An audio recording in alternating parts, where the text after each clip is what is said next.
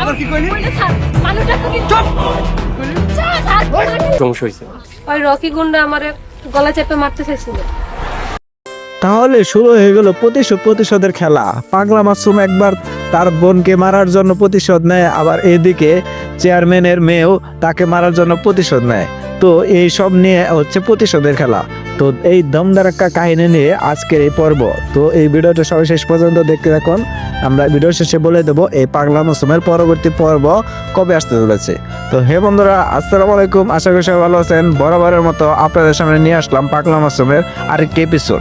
তো এই এপিসোডে দেখা গিয়েছে যে নায়ক গুন্ডার বোন, সে পাগলা মাসুমকে প্রতিশোধ নেওয়ার জন্য তার বোনকে আটকায় এবং তার বোনকে একটি গুন্ডায় সে গলার চাপ দিয়ে ধরে, যার কারণে পুলিশ এসে তাদেরকে আপাতত যেন বাঁচায়। কিন্তু পাগলা মাসুমকে তো আপনারা চেনেনি, পাগলা মাসুম কি পাগলাটা ধরতে পারে।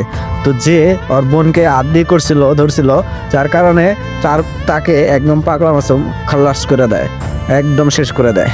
তাহলে এই জমজমাট কাহিনী নিয়ে এই পরবর্তী এপিসোড আসতে চলেছে আরেকটি ধামাকাদার কাহিনী। কি সেই কাহিনী সেটি জানতে হলে অবশ্যই আমাদের চ্যানেলটি সাবস্ক্রাইব করবেন এবং পাশে থাকা বেল আইকনটি বাজিয়ে দেবেন। তো আপনার যদি এই পাগলা মাসুম নাটকটি ভালো লেগে থাকে তাহলে অবশ্যই কমেন্টের মাধ্যমে জানিয়ে দেবেন এবং আপনারা কে কোন জেলায় থেকে দেখতেছেন সেটিও কমেন্টের মাধ্যমে জানিয়ে দেবেন। তাহলে যেহেতু আমরা ভিডিও শেষ পর্যন্ত চলে এসেছি, তাহলে পাগলা মাসুমের পরবর্তী এপিসোড কবে আসতে চলেছে? পাগলা মাসুমের পরবর্তী এপিসোড আসতে চলেছে আগামী মঙ্গলবার 3টা 30 মিনিটে। তো সবাই ভালো থাকবেন, সুস্থ থাকবেন, ধন্যবাদ।